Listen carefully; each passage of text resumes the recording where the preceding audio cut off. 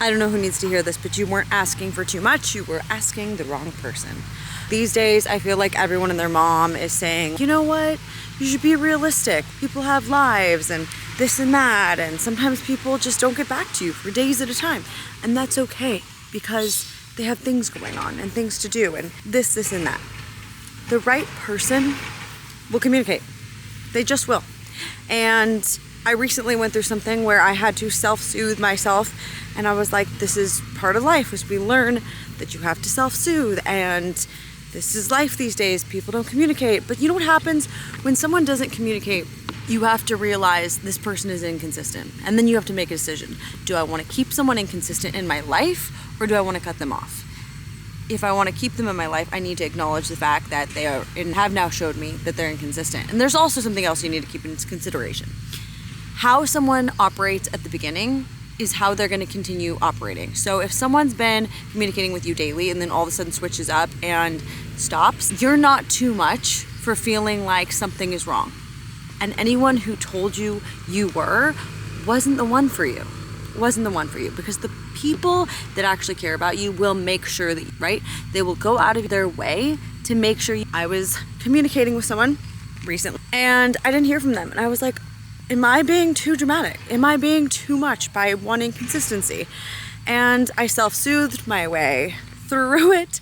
I didn't overreact. I held my calm. I stayed grounded. But I was like, when this person does contact me again, I'm gonna have to be aware and I'm gonna have to make a decision going forward.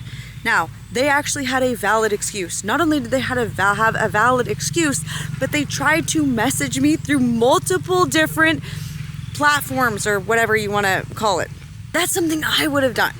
That's something I would do. If I had something happen where my phone broke or something, I would do everything I could to try to get a hold of them. Now, meeting someone who actually would go to the same extent I can't tell you how good that feels.